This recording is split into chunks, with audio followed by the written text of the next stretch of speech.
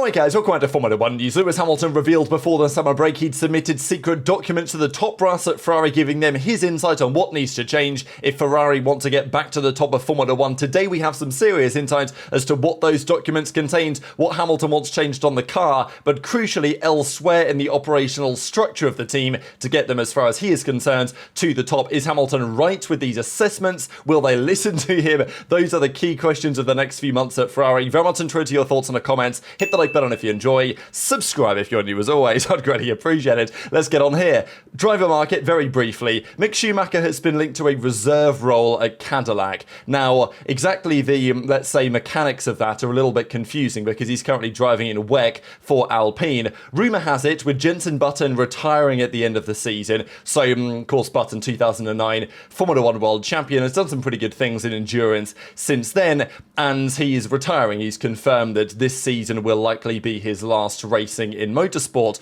So with Button gone, there are rumours that potentially the Jota WEC team, the Cadillac-backed Jota team, would maybe have room for Schumacher, which would give him the opportunity to drive in WEC still over there, but also, of course, open the door to maybe a reserve role at Cadillac alongside what we think could be a Perez-Drugovich combination. Another story around the world of F1 was around Portimao. Don't know what you guys think about Portimao as a circuit. Look, it's a purpose-built circuit. It's better than the Miami International Autodrome, right? I'll give it that. But is it great? Don't know. That's a matter of opinion, I think. It didn't produce fantastic racing, really, when we went to Portimao and raced there in Portugal for a couple of seasons.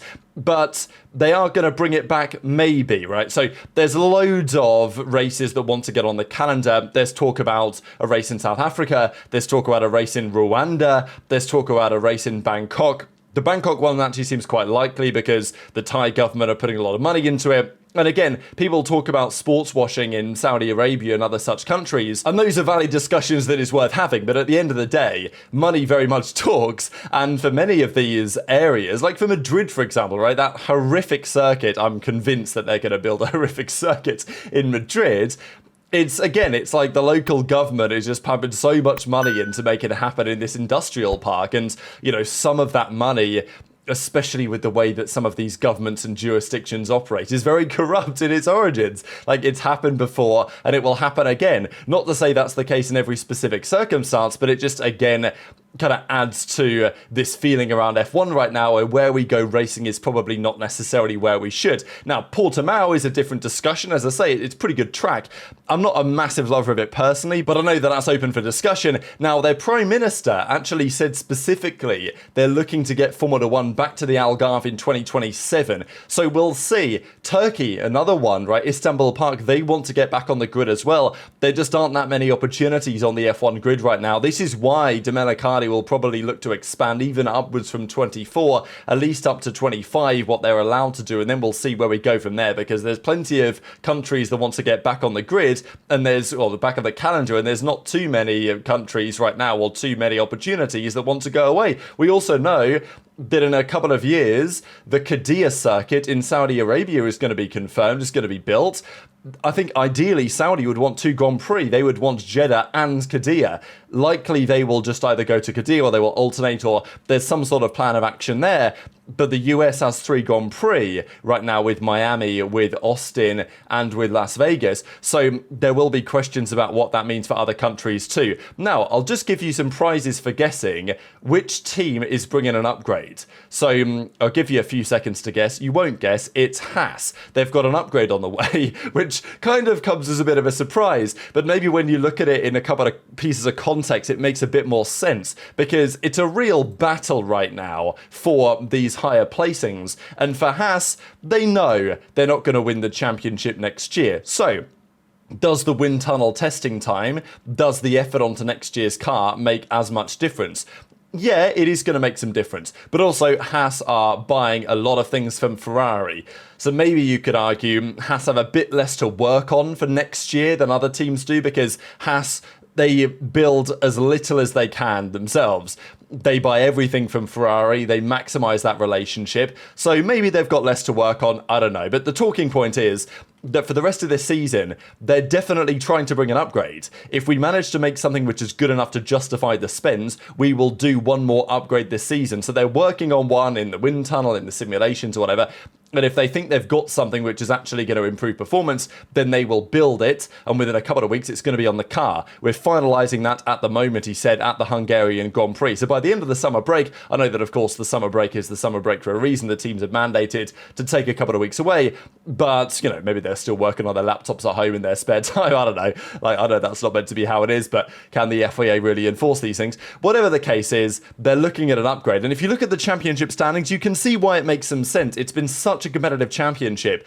Last year, as we remember, Alpine were kind of nowhere, and then they had a double podium in Brazil, which propelled them right up the order. And there's a lot more money to be earned by finishing higher in the championship standings. Ferrari, you know, they give it large about, oh, we want to finish as high as possible, want to be second right over Mercedes. And, you know, that's probably true.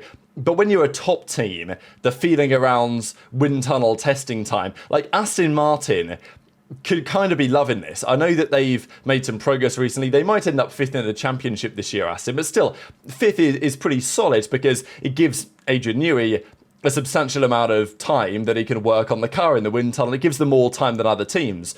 And, you know, obviously the cost cap is set where it is. And teams like Haas, with their new partners and everything, you know, they've done with Toyota and stuff, they're actually able to, MoneyGram, they're able to hit the cost cap now, right? So Haas can spend all that money. But for Aston, they have championship ambitions. Them being further down in the standings to get more testing time probably works for them. Whereas for teams like Haas, they would just prefer to be as high as possible, make as much money as possible, win as much prize money, and then give a nice bonus to their team as much as is possible. So they're currently at 35 points. They're in 9th right now. I think the issue with the Haas car at times is, well, firstly, the Sauber's overtaken and the Aston's made some progress. The Williams just hasn't been as good lately. It makes sense because they're another team that just totally abandoned 25 in favour of 26, and understandably. The Racing Bulls has been a solid car too. The Alpine can barely score any points, even in the hands of Gasly. But Haas are only 10 points behind. Their car is definitely capable of scoring points. The challenge for Haas is scoring good points, you know, like when Hülkenberg sticks in a P3 in Silverstone, when Bortoletto's sticking in a P6 in Hungary. You know, these are big points hauls. Whereas for Haas, if you're sneaking a P9, a P10, you know, it adds up, but it doesn't add up especially quickly. But you know, what do Haas do? If they bring an upgrade, where can Haas be? They've scored 35 points over the first 14 rounds.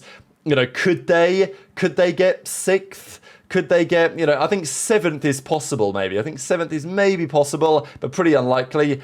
It's more likely that Haas will finish where they currently are, to be honest. Maybe they could overtake Racing Bulls, you know, and that might be worth an upgrade. If they think they can bring an upgrade and gain a place in the championship, it's probably to them going to be worth it. Whereas for other teams, they want to focus fully on 2026. So some differences of opinion among the F1 teams. There's also some opinions on Laurent Mekies, how he is going to change Red Bull. This is a pretty funny image, isn't it? The way that Marco's looking at Mekies is, well, I don't know, like people have their opinions on the way that Mekies is running things. What we do know is that Max is pretty happy about it. He says, I like how Lauren's working. He's very motivated. He's asking the right questions also to the team. It's nice to see. It's difficult to see any benefit from that yet, but I'm excited for the future. It's pretty much what Max says. Now, I do think that Mekies will run things differently to how Horner did. Obviously, Horner ran the team in a very Horner-like way.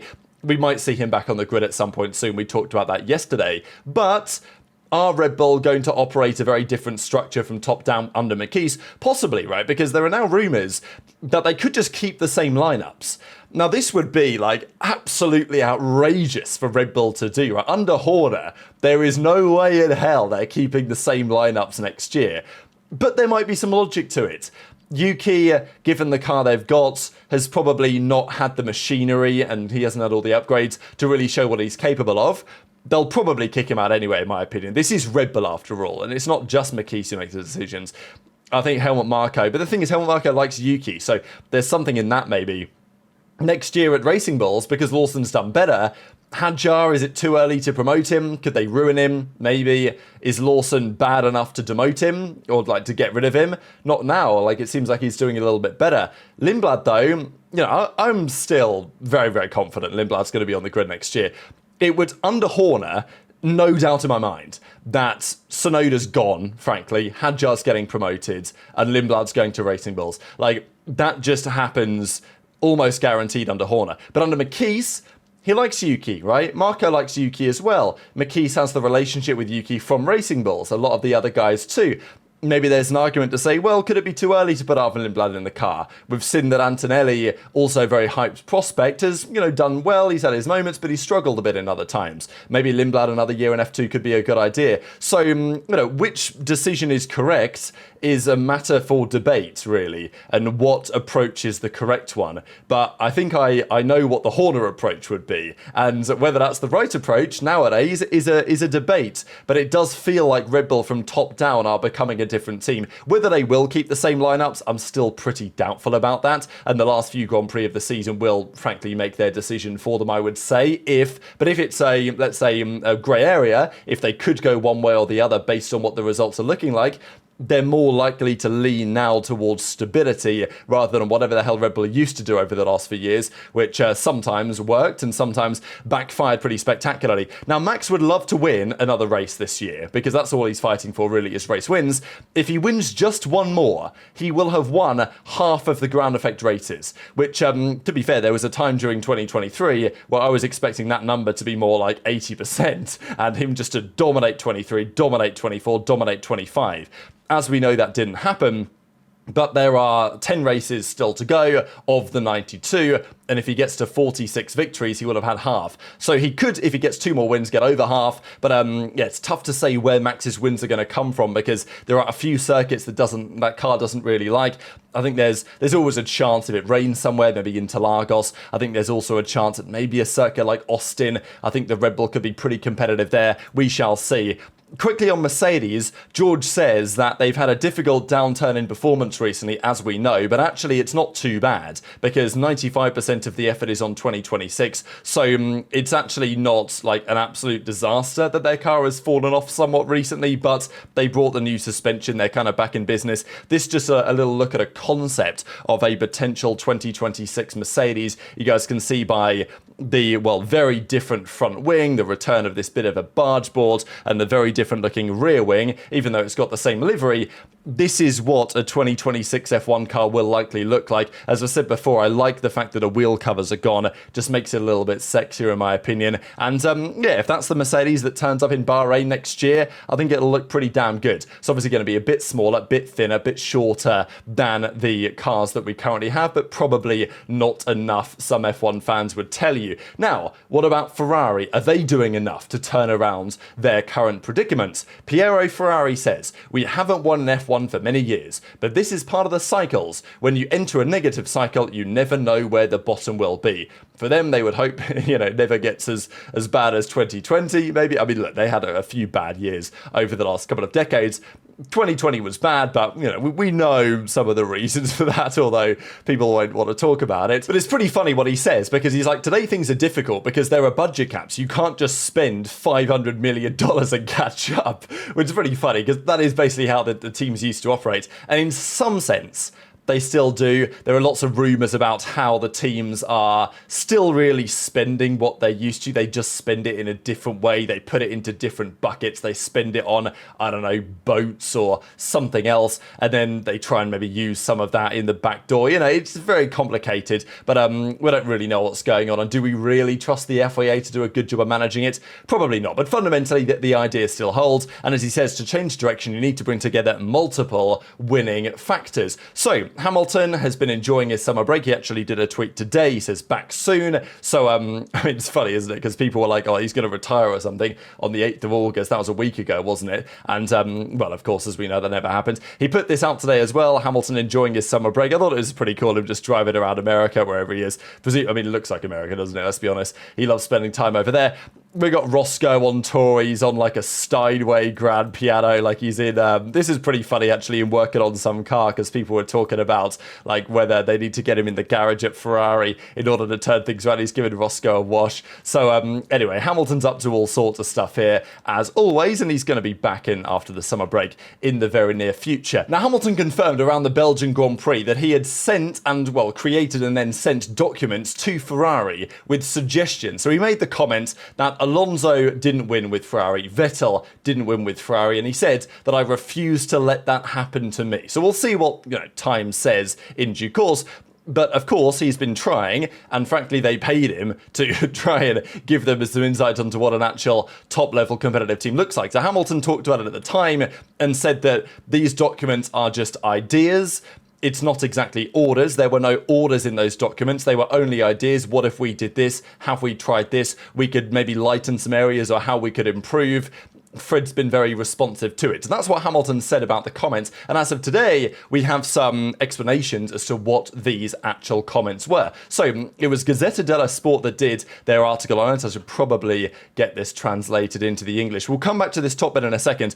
There were obviously plenty. The article mainly describes here the issues with the car that Hamilton has had and what he wants changed. And this is a very valid and interesting question, right? Because I think if you are Ferrari, Hamilton will have a different perception on what the car should have and, would prefer than what Leclerc will. But equally, there are rumours that the level of engine braking, the level of power steering in this year's Ferrari car is actually what Sainz wanted, rather than what Leclerc wanted necessarily. So maybe Hamilton and Leclerc can find some sort of middle ground here. But Hamilton's definitely put together to be like, hey, this I'm not very comfortable with, this I'm not very comfortable with, what could we do about it for next year? Can we change that? Can we not? So engine braking, position in the cockpit, we know that he tried those new brakes in Spa, and they seem to work for him, actually. Like, he was having really good success on the brakes, as we know, when it rained, and he made the progress of the field on the Sunday. But in qualifying, he had that surprising rear lock and the spin, right, which he said never happened to him before, but he was trying these new brakes, and it's obviously been a struggle for him to adapt to that, right? I know that Vasseur and Hamilton said that they underestimated the level of challenge, and we're seeing with Carlos Sainz at Williams how challenging it can be to adapt to different engine, like everything being pretty much different. Underneath him, talking about the steering design, we mentioned that a second ago, and then just some other setup choices really that Hamilton currently goes for, but would prefer maybe to go in a different direction. And obviously there's going to be some differences in what Hamilton and Leclerc wants. So that's the big question, right? Who will Ferrari listen to? That's been a big question that will continue. But this was kind of the interesting thing that just very briefly said, so much so that Lewis sat down and drafted a memo which he delivered to the Maranello-based team's top brass, highlighting all of the areas requiring improvement in the near future: working methods, communication between various departments, race weekend execution, and car modification. So they go into detail on the car modifications, but to me the interesting thing is kind of the other piece, right? The working methods, the communication, and the way that they go about their race weekends. Because look, Leclerc is a phenomenal driver. Nobody denies that. But he's never been part of a championship-winning team. He's always been at Ferrari. And we know that the Ferrari of today is not the Ferrari of the Schumacher, Jean Todt, Ross Brawn era. But it's not even the Ferrari that, managed to win that championship in 2007 with Kimi, and maybe were quite lucky to do so given what was happening with Hamilton Alonso at McLaren at the time. But since then, under Binotto, they've changed, with Christian Horner, he was in charge at Red Bull for a long time. In his tenure, there were 6 or 7 team principals that came through the Ferrari grinder. So, things get lost in translation in due course. And Hamilton is looking at the way that Ferrari do things, and is looking at the way that Mercedes did things, and even McLaren, but certainly Mercedes in their heyday, and says, hey, this is how we were doing things, and this is how we were getting results in terms of the way that we communicated, the way, let's say the steps that we took to get upgrades done or to get changes made on the car. We know that Ferrari is very political. Things have to probably go through a million different channels to finally get approved. They're probably not as nimble. Look, an organisation with 1,000+ employees is never going to be nimble, but teams try their best, and teams that do that well will likely yield better results in due course. You get the sense that Ferrari haven't been an especially nimble organisation in recent years, and that comes down from the top as well, right? The way that Vasseur, his role is linked with John Alcan, where Benedetta Vigna sits into place, all the president, the CEO, all of these different parties. Should they have a say about how things go at the F1 team? Should it just be Fred Vasseur's job to manage it? But then that's not really how Ferrari do things. So I'm sure Hamilton has some thoughts on that. How much of that is changeable, given the nature of Scuderia Ferrari, is a good question.